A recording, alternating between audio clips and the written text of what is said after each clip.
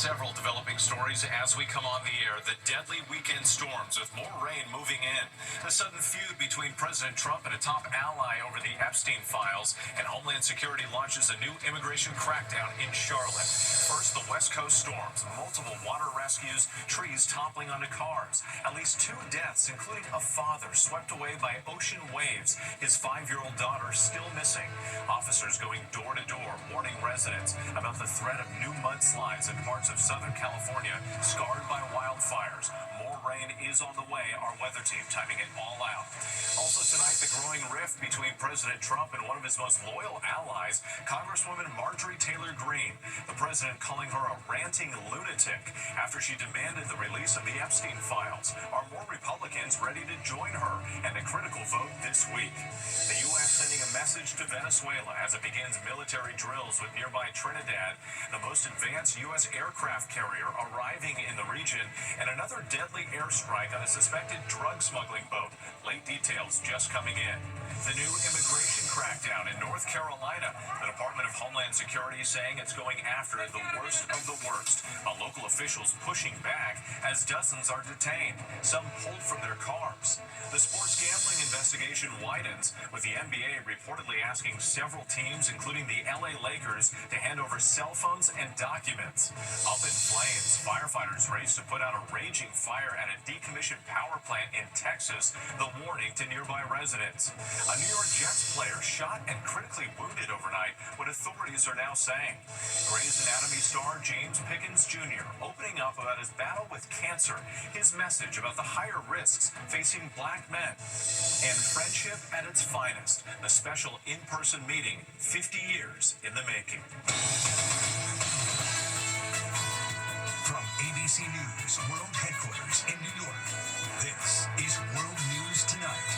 Good evening. Thanks for joining us on this Sunday. I'm Whit Johnson. We begin tonight with heavy rain battering California and turning deadly, claiming at least 2 lives as millions are now bracing for more flash flooding and mudslides. Authorities in Monterey County searching tonight for a 5-year-old girl swept away by a massive wave. Her father died trying to save her. Heavy rain wreaking havoc across parts of Southern California, some forced to kayak across residential streets, and officers going door to door warning residents about the dangers. Gusty winds knocking down trees in the Altadena area, one landing on top of a car, another tree crushing a patrol car in Santa Cruz. More heavy rain is on the way. Our weather team standing by with the forecast. But first, ABC's Jacqueline Lee leads us off from the storm zone. Tonight, at least 2 dead and a 5-year-old missing as residents across California brace for another round of heavy rain.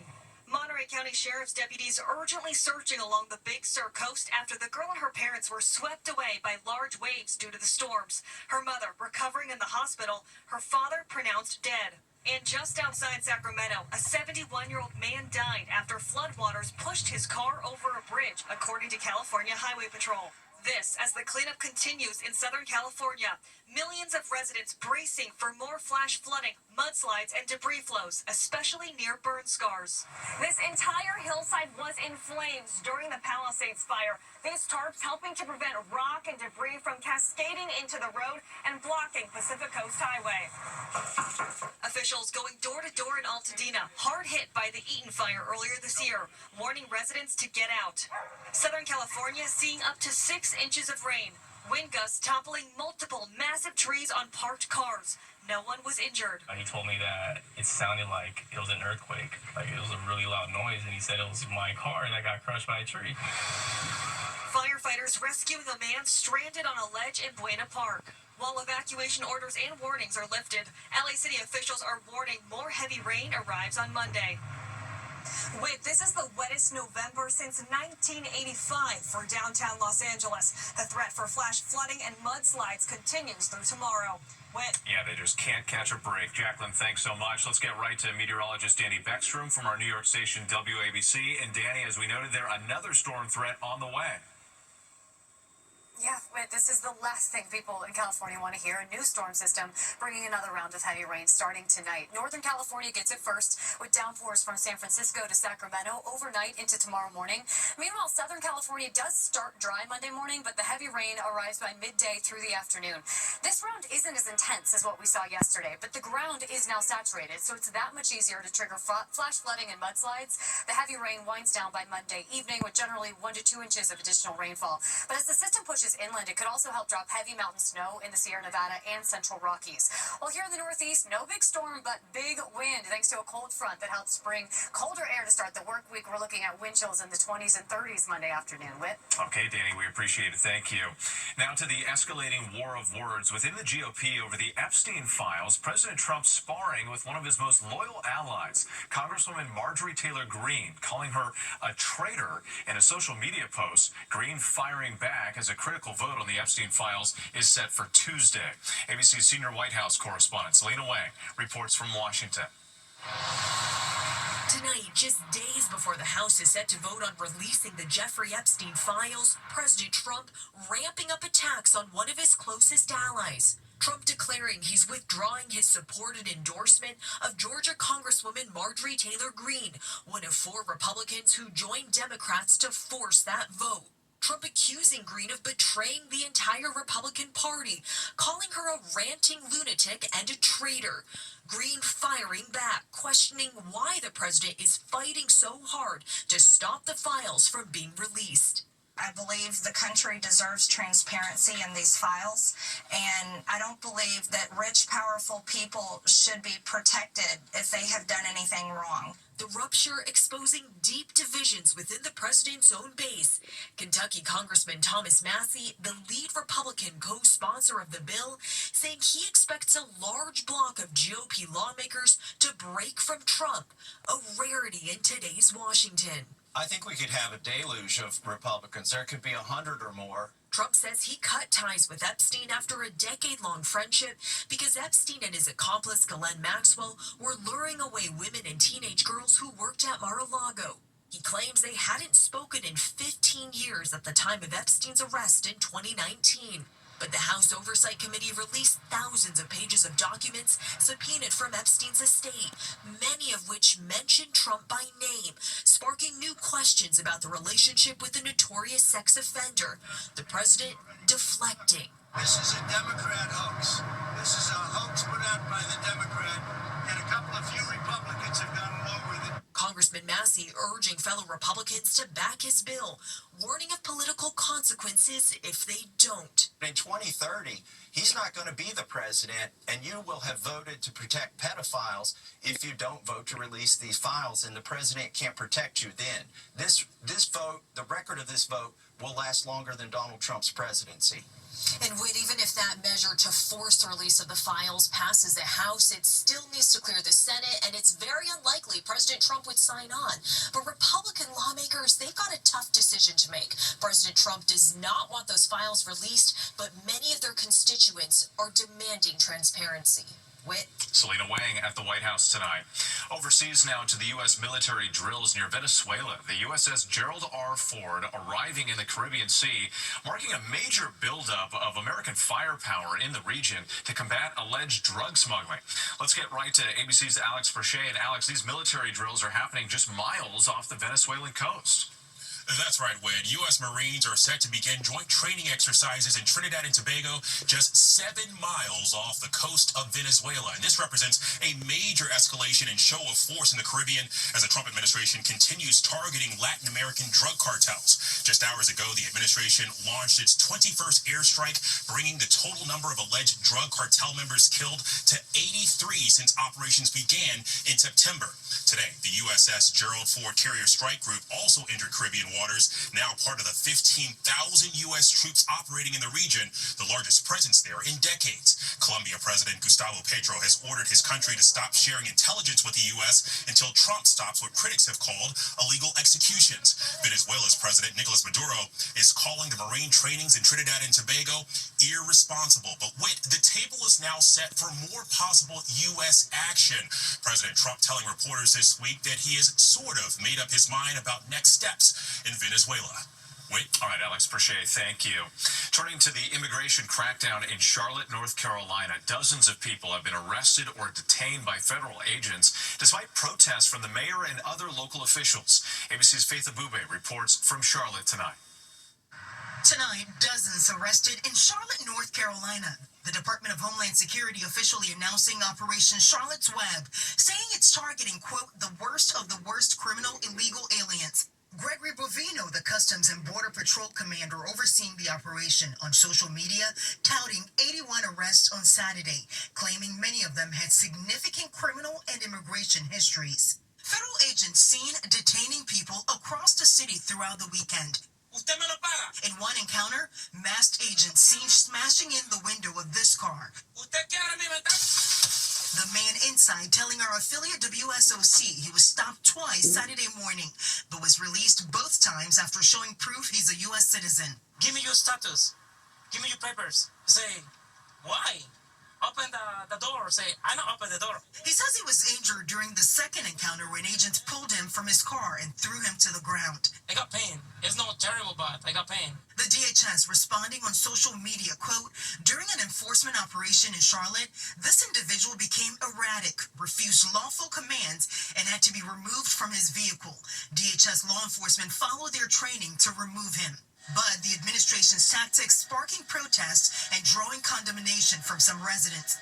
It's terrifying to pretty much know that at any moment a federal agent can just come out and abuse you just because of the way you look.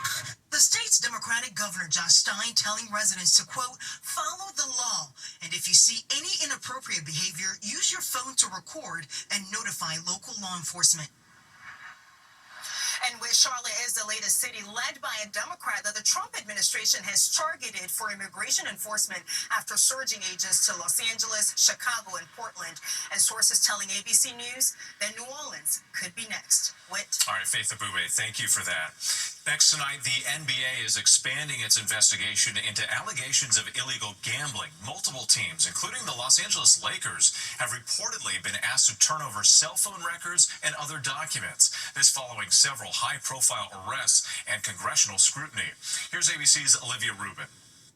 Tonight, the NBA expanding their sports betting investigation, requesting multiple teams, including the Los Angeles Lakers, to reportedly hand over cell phone records. Weeks after sweeping federal indictments involving a player and two current and former NBA coaches, a spokesperson for the league saying, quote, a number of different individuals and organizations were asked to preserve documents and records. Sources telling ESPN the Lakers' assistant trainer and executive administrator are some of the employees contacted and are now cooperating with the investigation. According to prosecutors, former player and coach Damon Jones passed along injury information about LeBron James to bettors, allegedly texting, get a big bet on Milwaukee tonight before the information is out. Jones pleading not guilty to wire fraud and money laundering last week in Brooklyn. Mr. Jones, any comment? Let's not, mince words. This is the insider trading saga for the NBA. And star Miami Heat player Terry Rozier also accused of providing inside information, allegedly tipping off bettors he would fake an injury during this 2023 game. Terry Rozier, right foot discomfort, doubtful to return. The winnings from bets on his underperformance totaling more than $200,000. The move comes as Congress demands answers from NBA Commissioner Adam Silver about the allegations, including of Hall of Famer Chauncey Billups, who allegedly lured victims to poker games rigged by the mob using high-tech devices. And with Congress now also expressing concern with Major League Baseball's own sports betting scandal involving two star pitchers, and the NFL, in a memo obtained by ABC News, says it's working with lawmakers to curb prop betting, which are bets based solely on player performance. Yeah, a lot of focus on those prop bets. Olivia, thanks. Now to a massive fire at a decommissioned power plant near Galveston, Texas. Crews working through the night to contain the flames. Residents are urged to stay indoors to prevent smoke exposure as officials are monitoring air quality. Here's ABC's Melissa Adon. Tonight, firefighters battling these massive flames burning at a decommissioned power plant north of Galveston. It's really going towards our house. Thick black clouds seen filling the air, where officials say around 2:30 Sunday morning, a fire broke out at the former PHR Peakers energy supplier off State Highway 146. The flames igniting nearby grass fires. The plumes so thick, ABC's KTRK's weather radar capturing the smoke as it drifted over Galveston Bay. First reaction was, that can't be good. Big gray smoke, that usually means something bad's going in the air.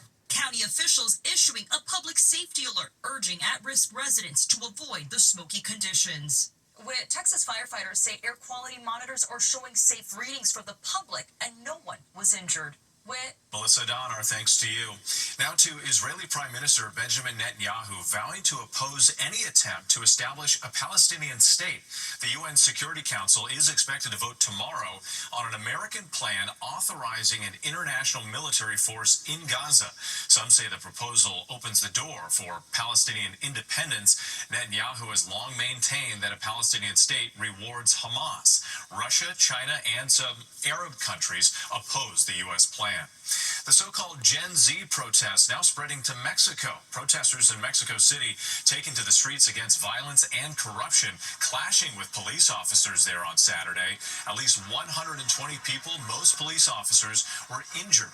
Gen Zers in several other countries this year, including Nepal, the Philippines, Peru, and Kenya, have also organized protests. There's still much more ahead on World News Tonight this Sunday, including the New York Jets player shot and wounded, his condition tonight. Plus, Hollywood figures flock to the Vatican and the special gift for Pope Leo. Next tonight, a Texas state trooper is under investigation following a bizarre incident at a college football game. Two South Carolina players were walking back onto the field when that happened. They bumped into the trooper, who then pointed at the players and appeared to yell at them. The trooper was relieved of his game day duties and sent home. Undefeated Texas A&M came from behind to win the game 31-30. And details are just coming in. A New York Jets player was shot and critically wounded overnight. Police say quarterback Chris Boyd was shot in Midtown Manhattan at about 2 this morning. No arrests have been made, but the NYPD says it is looking for a man who fled the scene in a car. Boyd is 29 years old and has not played this season after suffering a shoulder injury during the preseason. When we come back, the Grey's Anatomy star who's opening up about his battle with cancer. To the Index now, Grey's Anatomy star James Pickens Jr. is opening up about his battle with prostate cancer. It comes just days after an episode in which his character was diagnosed with cancer. Pickens, who's 73, says prostate cancer runs in his family, which is why he's been undergoing screening for decades. He says the cancer was caught early and has not spread, and he's urging men, especially black men, to get screened.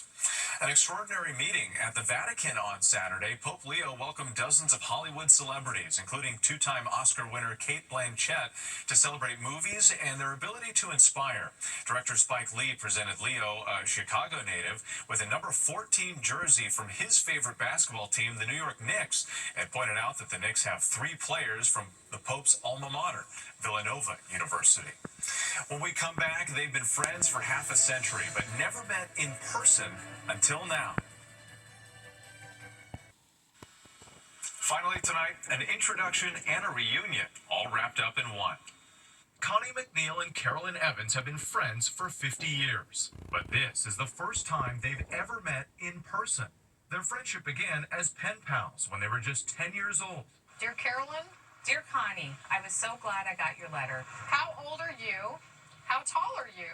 Carolyn and Connie first writing to each other in the 5th grade. It was 1975, Saturday morning cartoons. They said, boys and girls, would you like to write to somebody you've never met? Send us your name, your address, and your age, and we'll connect you with somebody. The pen pals finally deciding to meet recently in honor of the 50th anniversary of their friendship, choosing Philadelphia, close to Carolyn's home. Here we go, we ready? We were just kids looking for a friend, and it was nice to get something in the mail because there were no computers. Yeah, that's so what we did. It was nice to talk to somebody that wasn't your family. Yo, Adrian! The two stopping off for a Philly cheesesteak at Pat's. I went with onions. You got it. Yeah, just in the last couple of days, we've learned so much about each other that weren't written in the letters. Cheers! Cheers to Philly cheesesteak. In a world of text and tech, Connie and Carolyn, hoping their story will inspire others to prioritize those human connections. It's a tradition like many others that you don't see much of anymore. Please write back sincerely, your pen pal. P.S. Right back soon. We kept that alive. 50 years and counting. And counting. Also, a special thanks to our Philadelphia station WPVI for help with that story. Have a good night.